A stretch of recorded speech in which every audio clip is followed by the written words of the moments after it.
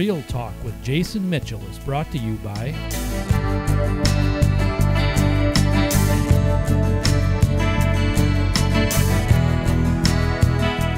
in this industry.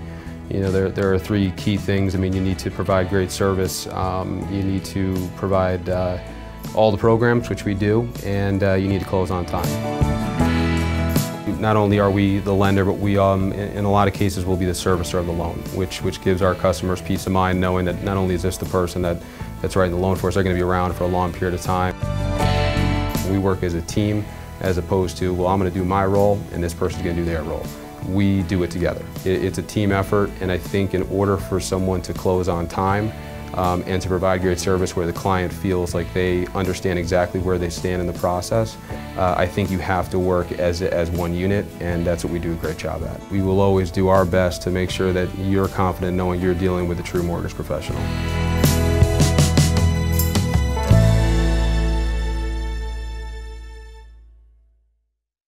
Hello everyone, I'm Jesen Mitchell, and welcome to the very first episode of Real Talk with Jesen Mitchell, where we bring you the analysis and opinions of some of the Valley's most influential athletes, celebrities, entrepreneurs, and politicians.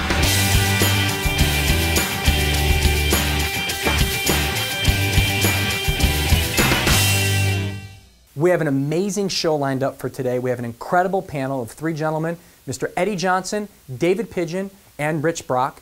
But before we get to our panel, we recently had the privilege of sitting down with Gary Cox, Republican candidate for state Senate, and we wanted his opinion, his raw opinion, on what is going on with the Arizona economy, immigration, and everything topical when it comes to running for office. Mr. Cox, welcome to the show. Thank you, Jason. Appreciate Glad to be you here. being here very much. Now, I've been following the campaign for quite some time, since the beginning, and first and foremost, what I appreciate, and I think what a lot of folks appreciate, that you are a family man first. Yes. Married for 45 years. Yes. 2 children, 4 grandchildren. That's right. But what I'm wondering is how the CEO of a healthcare technology company all of a sudden gets the itch to run for office. Where did that come from? Well, it's really kind of interesting. I think most people are aware of the Child Protective Services issues that had been occurring over the last several years in terms of child abuse, child endangerment, actually the loss of life of children. So because of those issues, I became really disturbed about that. And one case in particular got my attention. Most people will probably remember that case. It was a case involving a young 11-year-old girl by the name of Amy Deal. Okay. Amy's family had repeatedly abused her over the years. And in July, back in, I think it was 2010, 11, somewhere, a few years ago, Okay. Amy's family punished her for getting into the refrigerator and getting a popsicle out of the refrigerator without asking permission. So her family locked her in a 32-inch plastic footlocker outdoors in the hot Arizona sun in the middle of July. Well, Amy suffocated and died that day. I was heartsick over that. I'm sure most people that heard about that issue or read about it, saw it on TV, were really disturbed about that and literally heartbroken about it. Right. And then many other issues of child abuse and endangerment that resulted in the loss of life of children. Really, it just disturbed me so much that one day I found myself sitting down at my computer just kind of writing out some ideas of how I felt these issues could be dealt with and addressed. And so it was those issues that really got me interested. And so over a period of time, I began to write down what I saw as solutions. Many of those solutions, by the way, I've put on my campaign website.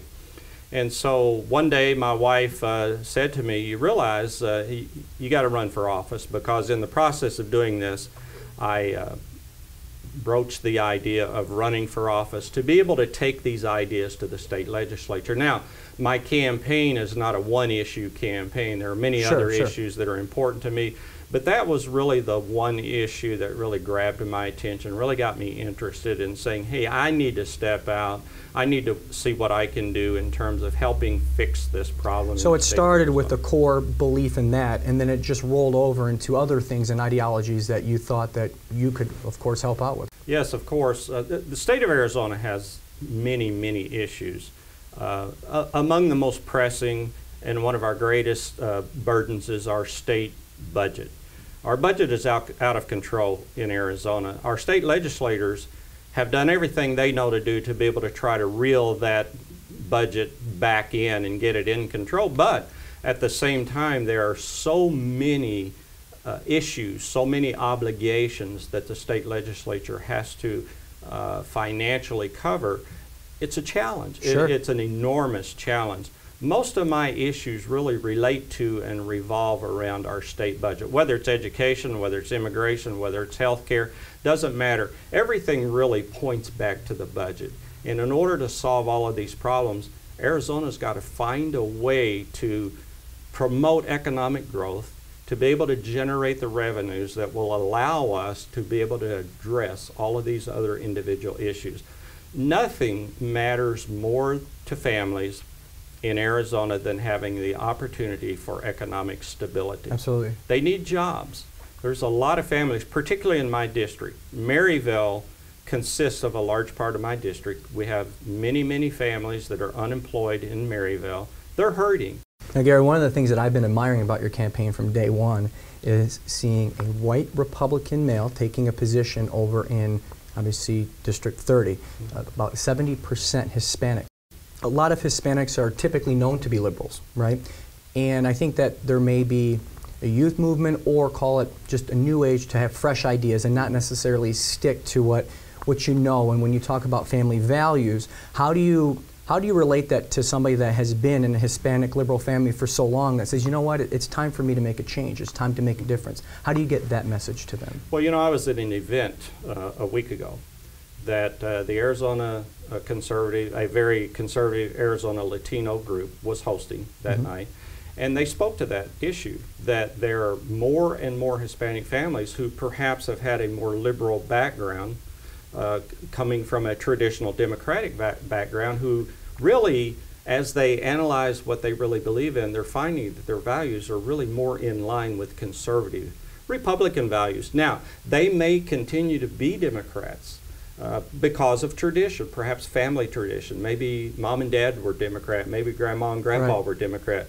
In my own family, my father and my mother were Democrats for years, until there came a point in time where they realized that party no longer represented their values. Their values are now more in line with the Republican Party, and they became Republicans. I posted on Facebook a comment about, I was in the home of a Democratic family recently when I was collecting some signatures, and they told me, they said, you know, we're going to vote for you because we're ashamed we're Democrats. And I said, wait a minute, you do not have to be ashamed of the fact that you're a Democrat. There's no shame in that at all. Whatever your party is, there's no shame in that. It's really, I'm not really focused on party as such. I'm more focused on Well, and you've received tons of bipartisan support, haven't you? Absolutely. I've got families in Maryville that are Democrats that are supporting me. I've got a school board member in the Isaac School District who's been there for 14 years, a Democrat, who's supporting me. I have a gentleman that I'm working with in Maryville. We're doing work together.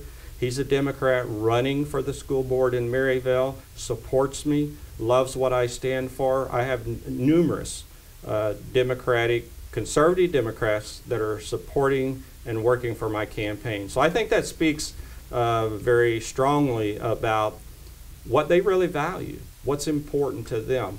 And in fact, one of the things that I believe is necessary for legislators to do as they vote on bills that come before them, or as they're evaluating bills in committee, is that there's some questions that need to be asked. These are questions that I will always ask as legislation comes before me. Number one, is it necessary?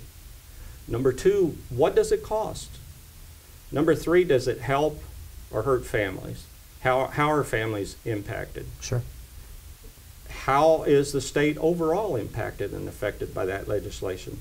And I think in evaluating everything that comes before legislators in that context, in the context of what it means to families, when you ask those kinds of questions, you're not going to be passing bills and putting legislation into effect that's going to have these kinds of negative impacts for families that we see happening. So if we will just simply frame our evaluation of legislation based on asking those kinds of questions, I think too many times those questions aren't being asked. We're seeing too many things happen that aren't, it's just not, those questions are not being asked. They're important to families. Absolutely. Well, I know how tremendously hard you've been working on the campaign. As I said, I've been following it. I'm a fan, and I wish you the very best of luck come November 4th. Thank you for coming on the show, Gary. I appreciate it very much. You're welcome.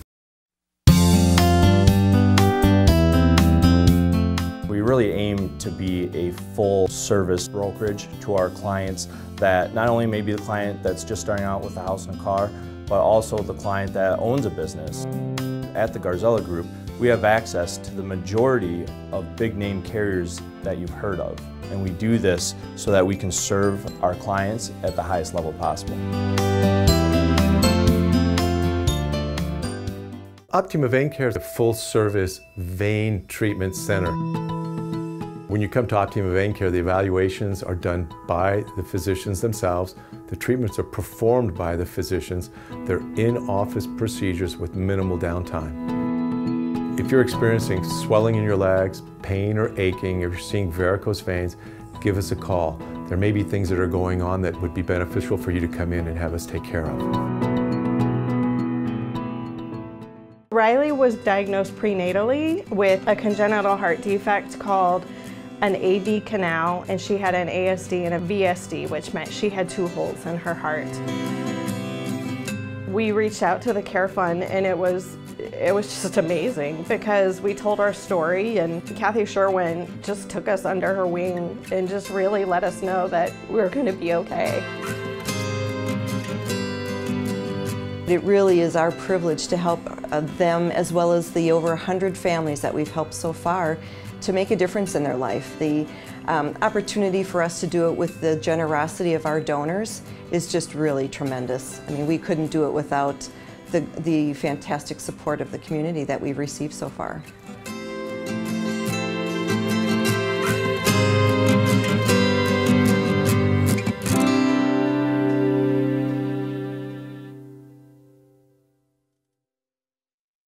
Welcome back to the show. For more information on the Care Fund and to make a donation to this exceptional cause, please visit our show website at jasenmitchellshow.com.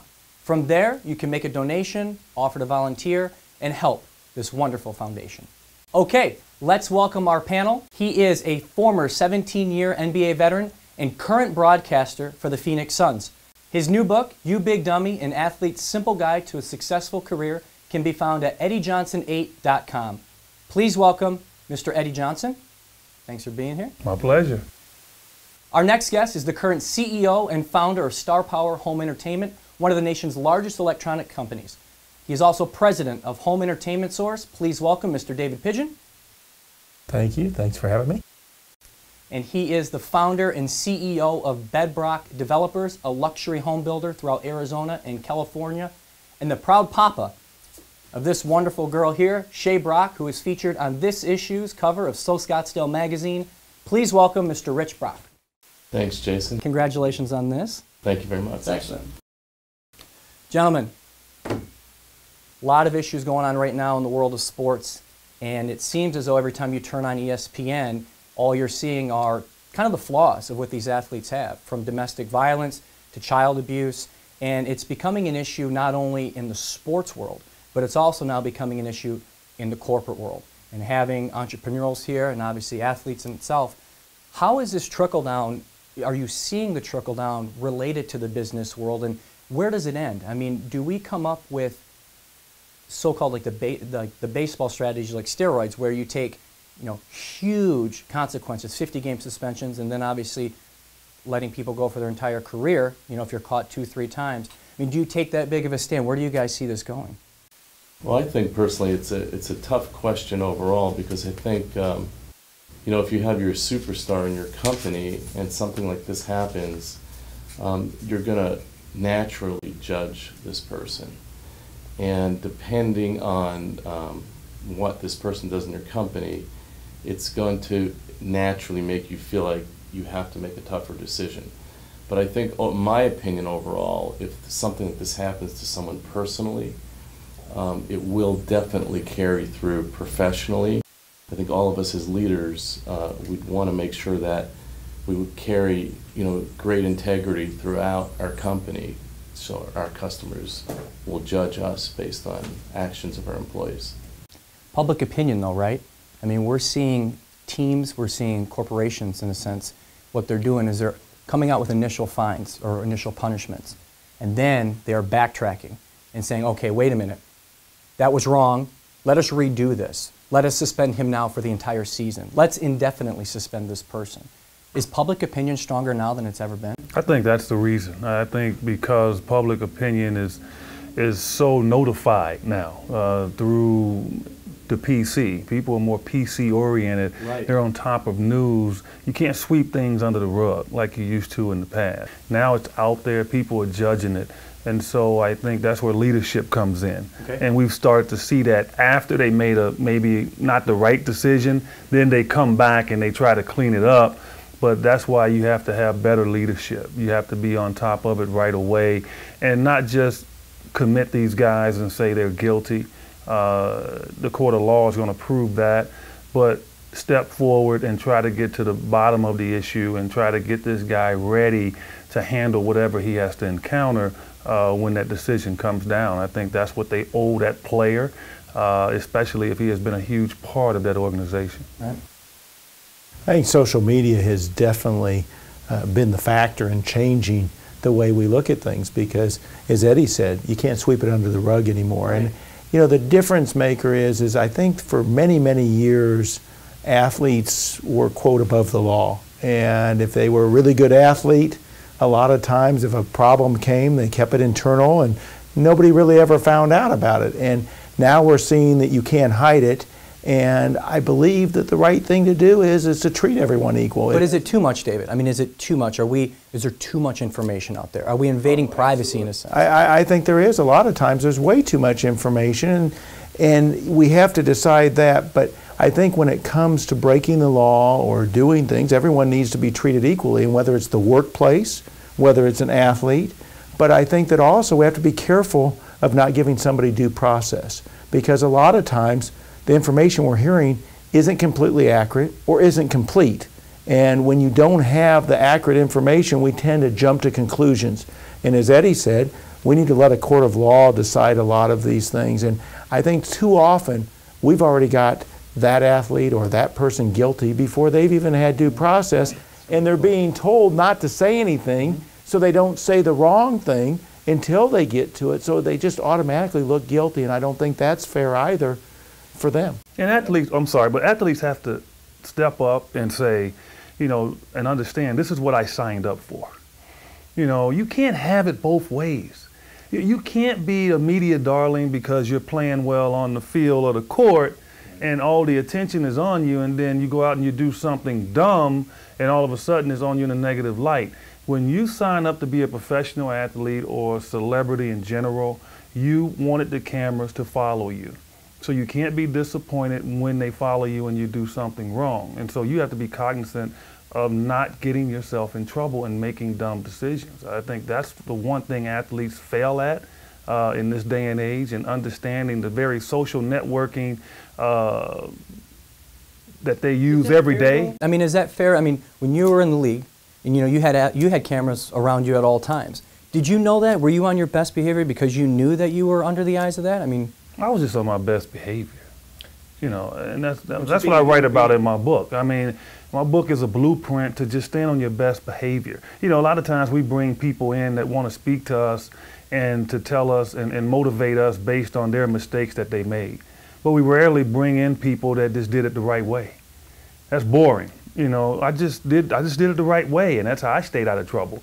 We'd rather hear from the guy that was on drugs or committed a crime. Right. But you don't pay attention to the people that do the right things. And that's what I tell athletes, just do the right thing. Well, how diluted are sports becoming? I mean, every time you turn on the TV, it's something, I mean, we're not cheering, we're not praising anymore. You start every sports center with something that, just And you have to be careful because you've got in the high 90 percentages of people that are just good athletes. We're hearing about the exceptions that come out because that's what makes news, okay?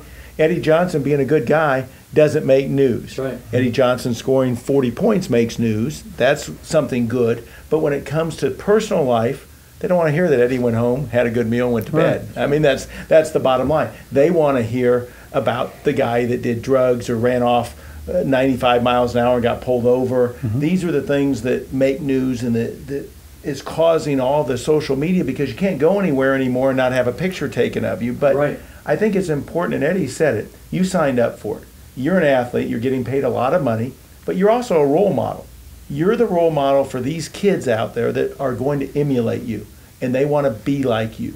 And so with that comes a responsibility to be that guy, to act like Eddie acts, and to be the kind of guy that you're proud of being like. And a lot of times it's sad because we see the kids trying to emulate these bad things, and that's what causes a lot of the problem. Yeah, I think also, you know, nothing has really changed. I mean, I think this always existed in our world today, specifically sports and entertainment.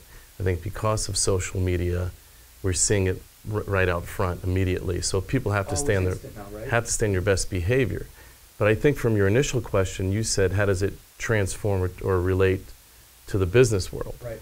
And I think, you know, I think we need to look at that now. I think because this is out in the public eye, it's a focus, it's on TV, it's in the media every day. I think it's important for us to look at that and, you know, why only judge a sports athlete or an entertainer?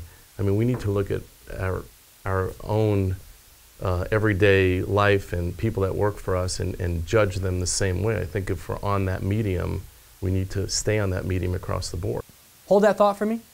We're going to take a quick commercial break.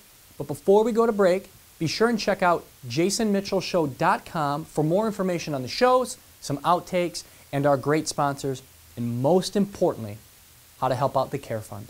We'll be right back. The reason to choose First Arizona Title is our cutting-edge technology that we offer. We offer training and marketing, and then customer service.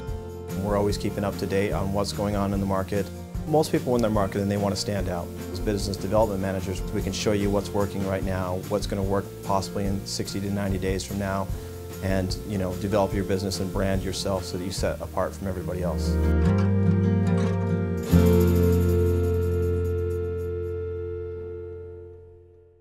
Village Health Clubs and Spas has a cardio room and weight room, a lap pool, over 150 group fitness classes, hikes, cooking classes, parties, happy hours, annual ski trip, and of course we have a full-service spa and a cafe. When you sign up, we actually want you to use the club and we want you to feel special. So we're hoping you're going to use the club a lot and stay for many years to come.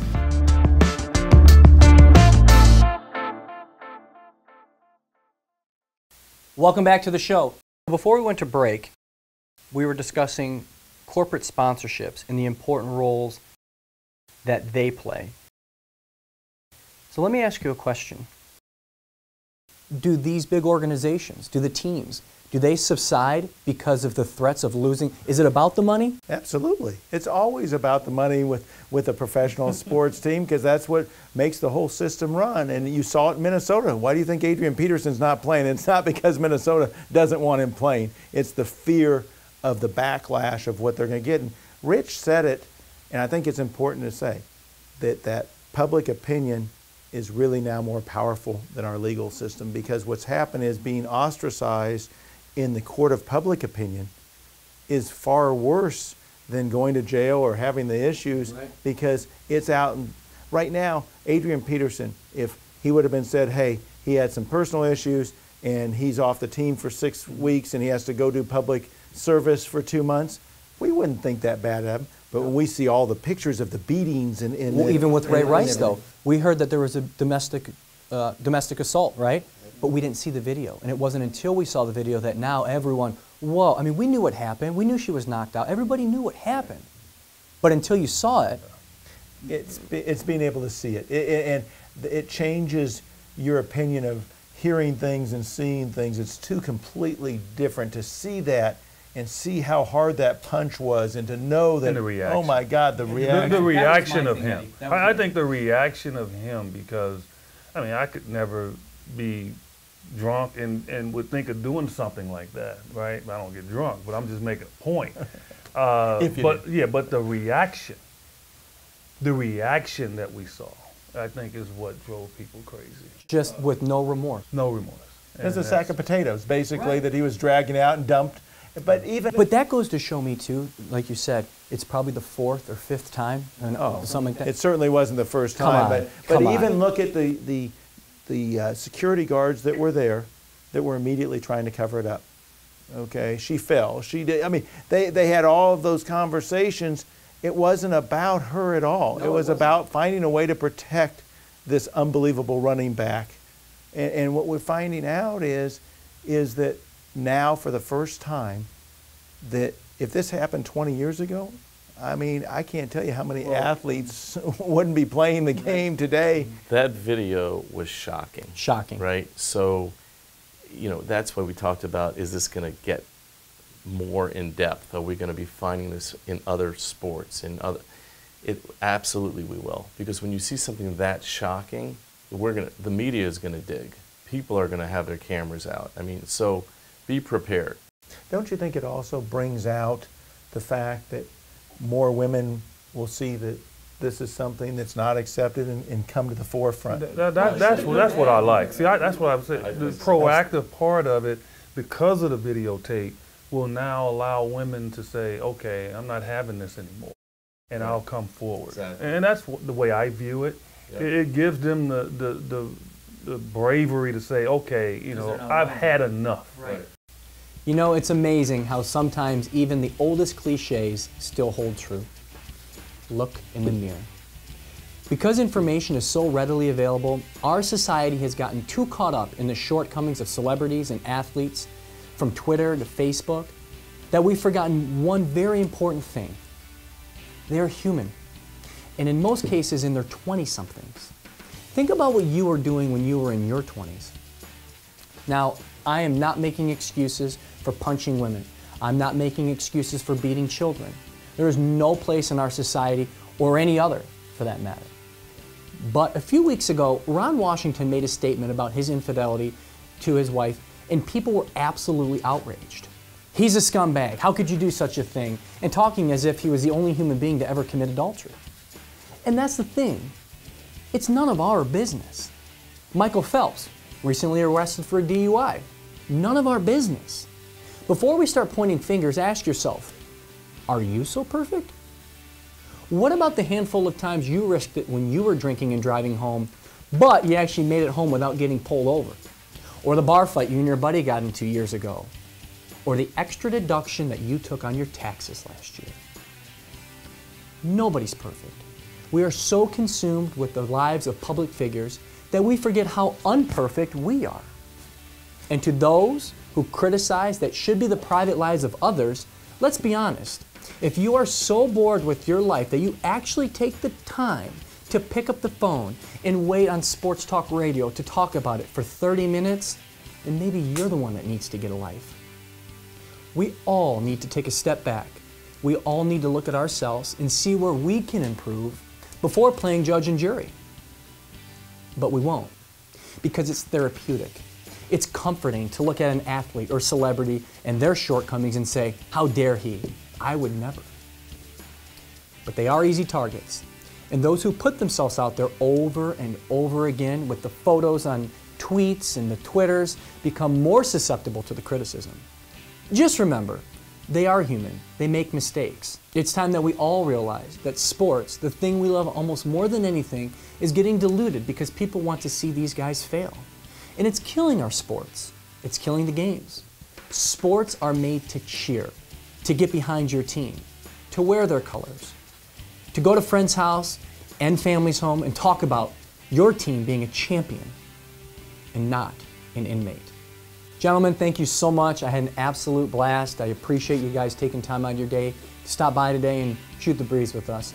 And thank you, most importantly, for watching our very first episode of Real Talk with Jesen Mitchell. We'll be back next week. Enjoy your evening.